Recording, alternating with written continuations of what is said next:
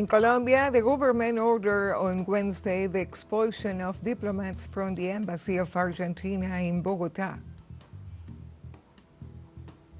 In Ireland, Defense and Foreign Affairs Minister Michelle Martin announced that Dublin will intervene in the genocide case brought by South Africa against Israel before the International Court of Justice.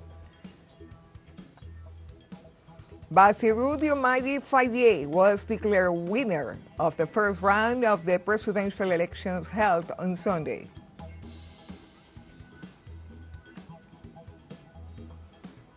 Hello and welcome to From the South. I am Irma Shelton, and from TeleSUR studios in Havana, Cuba, we begin with the news. In Colombia, the government ordered on Wednesday the expulsion of diplomats from the embassy of Argentina in Bogota after the recent declarations of the Argentine President Javier Milei. The Colombian leadership expressed its condemnation of the new offensive statement by Milei against the Colombian President Gustavo Petro, stating that they violate the relations between both nations. In this sense, informed through statements that the expulsion of officials will be communicated to the embassy of the country through the institutional channels. According to the Ministry of Foreign Affairs, it should be noted that this is not the first time that President Javier Milei has offended the Colombian president, affecting the historical relations of the brotherhood between Colombia and Argentina.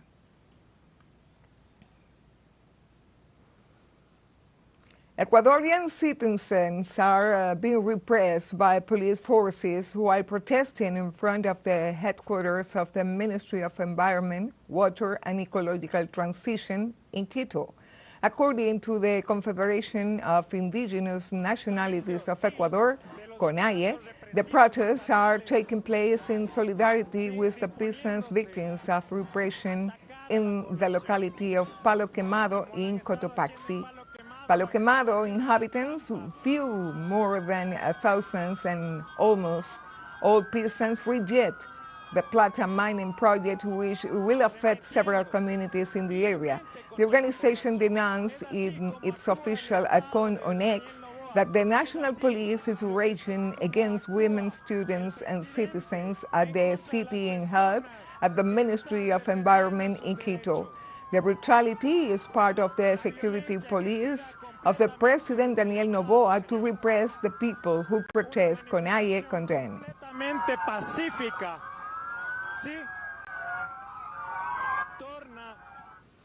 The Venezuela Vice President for Communication, Culture and Tourism, Alfred Nazaret, said that the unitary platform Unity Venezuela works as a society of compliances.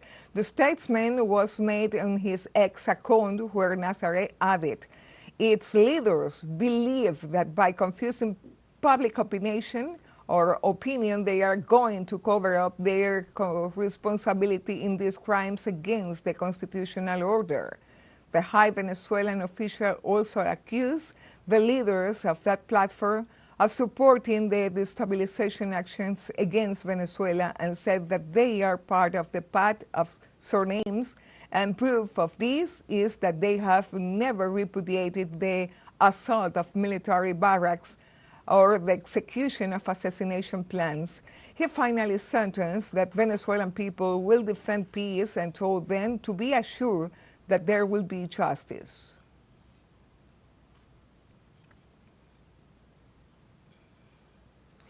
The government of Bolivia announced the creation of a new credit line for agricultural producers who supply raw material for the recently inaugurated biodiesel plant. The Ministry of Economy announced that the new credit will benefit producers of soybean, oil palm, other vegetables, which works as biofuels for the biodiesel plant inaugurated on Tuesday. The portfolio detailed that the CIBO Bolivia credit has an interest rate of 0.5% per year to encourage producers to cultivate the oil-producing crops. The authorities announced that more than 12,000 loans have been disbursed under this initiative, which have mainly benefit micro, small, and medium-sized enterprise.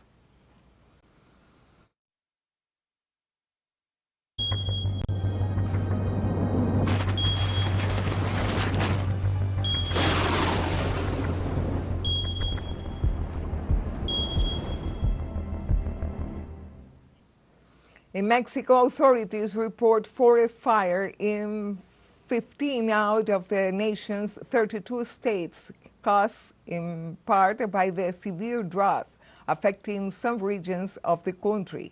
The National Forestry Commission reported 58 active forest fires, which affected 4 protected natural areas in the central states of Morelos, Veracruz, and the states of Mexico.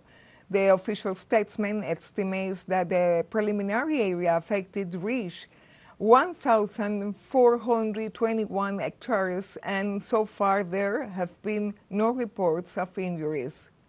One of the most affected regions was Veracruz, with a coastline on the Gulf of Mexico, where, according to the state authorities, there were 7 fires that affected the ecological reserve in Texuacan.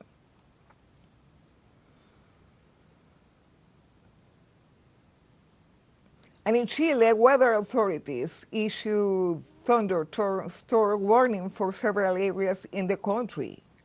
The National Service for Disaster Prevention reported that the regions of Tarapacá, Arica, Antofagasta, and Atacama will be affected.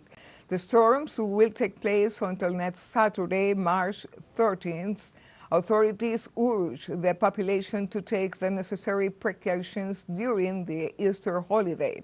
The agency recommends to avoid any type of contact with metallic objects and power and telephone lines. Authorities also caution to stay home if possible.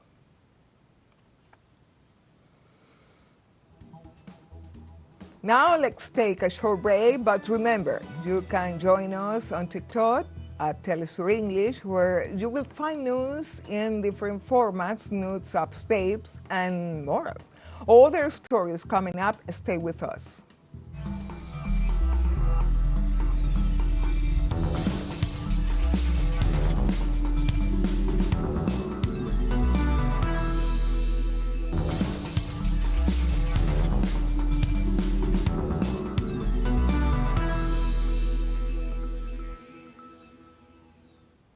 Welcome back to From the South. Hundreds of coal miners protested in Bosnia's capital, Sarajevo, on Wednesday to demand compensation for months of unpaid labor.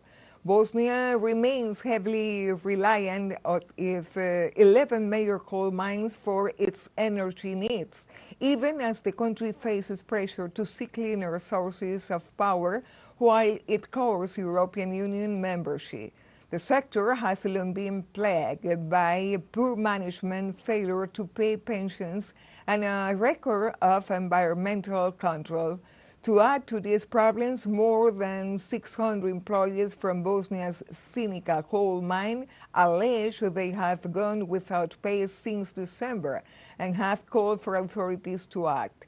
The protest comes as the Seneca mines is undergoing financial restructuring, unleashing fears that the facility will be closed in the near future following the laying off of around 200 employees. They have to pay unpaid pension contributions, pay departure bonuses, and do it in a humane way. Otherwise, a transition like this will not go through. We're going to raise hell. I have no words to describe this situation. We haven't received a single salary this year.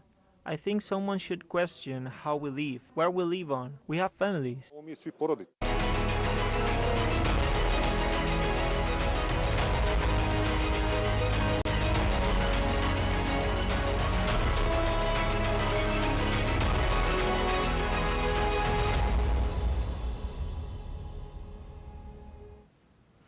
In Russia, a commission of investigation identified the bodies of 84 people, including 5 minors, after the deadly bombing at the concert hall on the outskirts of Moscow last Friday. The Commission received 143 complaints from relatives and friends of the victims who disappeared as a result of the tragedy. The agency continues to conduct molecular genetic analysis to identify the remaining victims of the terrorist attack that claimed the life of 140 people and left over 100 wounded. So far, 11 people have been arrested in connection with the terrorist attack.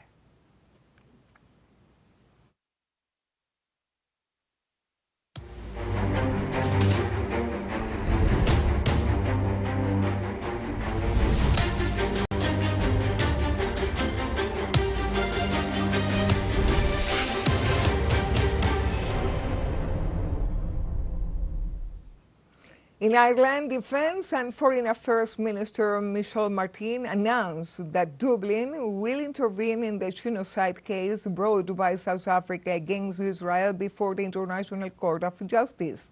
Martin states that he will inform the Council of Ministers about a declaration of intervention.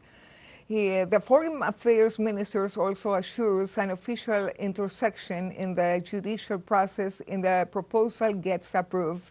Likewise, emphasized that the situation in Gaza represents a human catastrophe and it is causing the deaths of thousands of innocent people. Last December, South Africa denounced Israel before the International Court of Justice for genocidal conduct against the Palestinian people within the frame of the offenses launched on October 7th.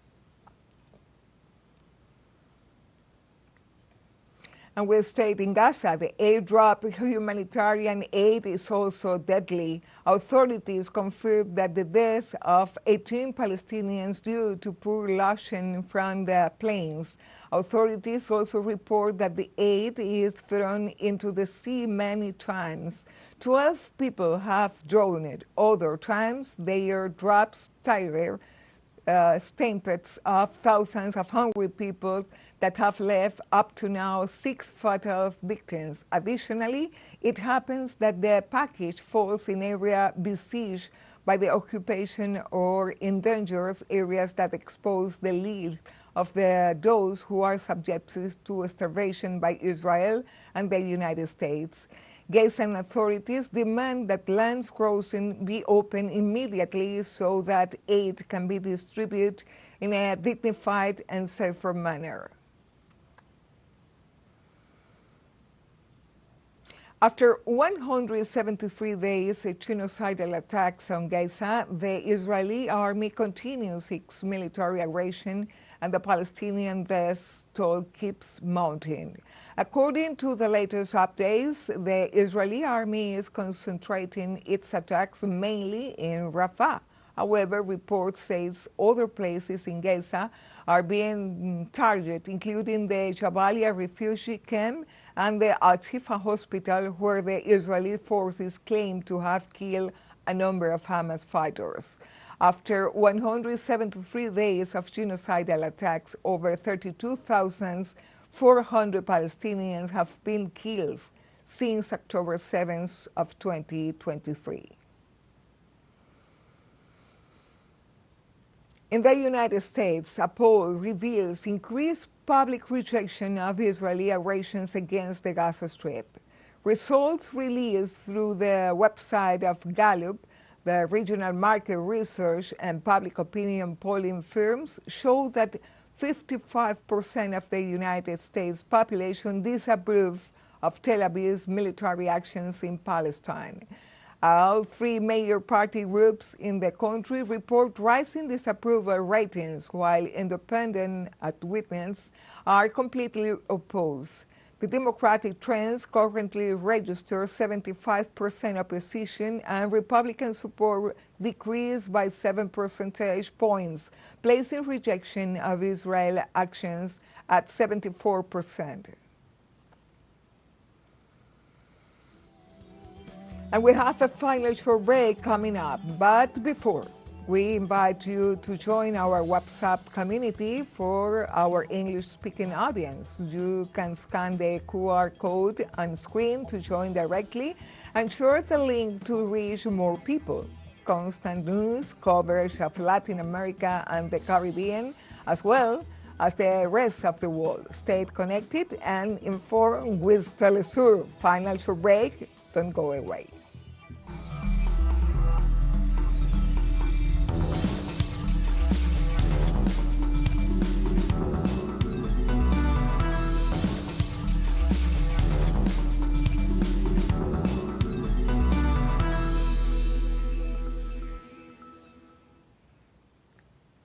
Welcome back to From the South. In Senegal, Bassirou Diomaye Faye was declared winner of the first round of the presidential elections held on Sunday. In this sense, the Court of Appeal of Senegal published on Wednesday the official results of the elections, confirming that Faye obtaining 54.28% of the votes, so that a second round will not be contested because they exceeded the total of 50% of the votes. The second place was for the leader of the ruling party, Amadou Ba, with 35.79%. Faye, 44 years old, is a member of the Senegalese Patriots Party, which stands for Pan-Africanism and rejection of the French colonialism. In the last hours, China, the United States, France, and the Organization of Africa Unity recognized his victory.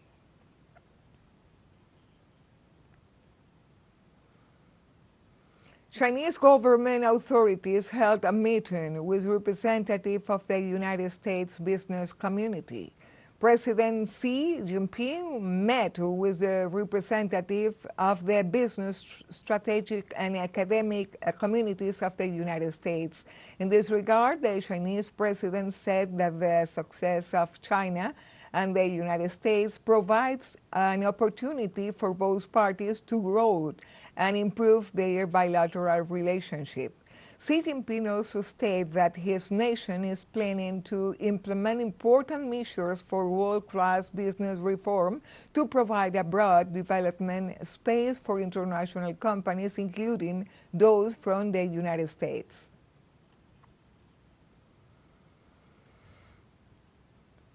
Thailand is said to become the first Southeast Asian nation to recognize same-sex marriage after politicians pass a same-sex marriage bill. The lower house of Parliament's overwhelming vote in favor of bill, with 400 supporting its passage and just 10 against. It is in final reading of Wednesday. If the bill takes effect, the island would be just the first Asian country to legalize same-sex marriage. The bill law requires approval from the country's Senate and finally endorsement from the King before becoming law. More than a decade in making, the legislation could take effect within 120 days of royal approval. The legislation would change references to men, women, husbands, and wives in the marriage law to gender-neutral terms. It would also grant LGBTQ couples inheritance and adoption rights equal to those of heterosexual marriages.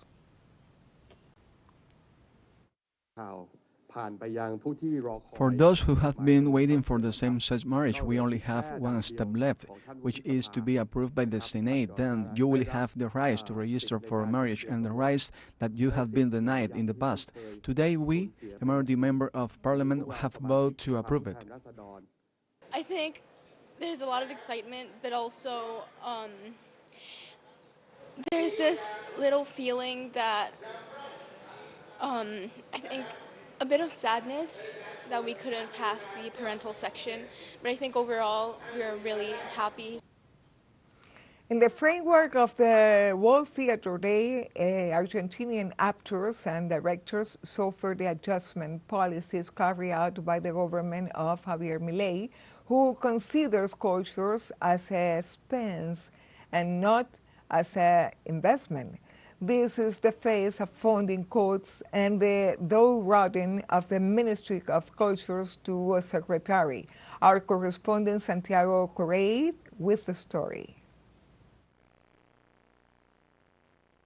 En 1962, In 1962, UNESCO declared March 27th as World Theater Day. The date is currently lived in the South American country with a lack of government support. se vive actualmente con una falta de apoyo estatal. For me, theater is a network of mirrors that represents the identity of a society, in this case Argentina. To have proposed or suggested the closure of the National Theater Institute speaks of a policy that obviously represents that managerial view of a nation, and neoliberalism has that objective or that standard of wanting to find in the economy a form of regulation and not of management, and the theater itself has been a bulwark of resistance in Argentina. Referentes del sector consideran Sector leaders believe that culture is not a privilege, but a right. privilegio, sino un derecho. This government is the epiphenomenon of something, and that something seems to be that there is a sector of the Argentinian life that despises culture. It is a kind of leadership class without a nation's project. Therefore, since it doesn't have one, it doesn't need a culture. It simply needs to take as much profit as possible out of the present moment from the Argentinian people. That's the problem.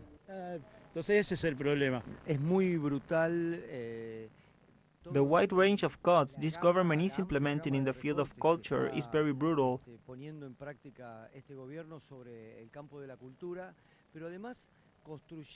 But it is also creating a sort of animosity and an absolutely incredible demonization in the field of culture.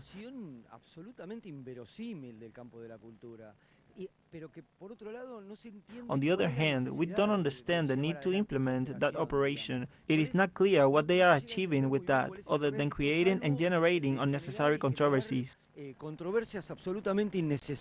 Quienes también se encuentran afectados. Those who are also affected by the government's policies are those who carry out works in communities or cooperative spaces. Cooperativos. It is a theater genre made by the neighbors of each territory. So the budget cuts also result in our having fewer places by the fact that we manage to open as many doors as possible to extend our work.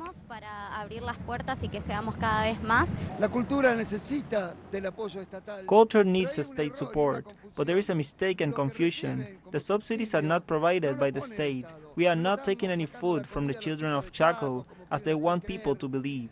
We have our own system of subsidies, which is through ticket sales and platforms. They are actually resorting to demagogy to make themselves look good to who knows who. In the midst of this date's commemoration, everyone agrees that culture represents the country before the world, and particularly that Argentinian theater is in danger.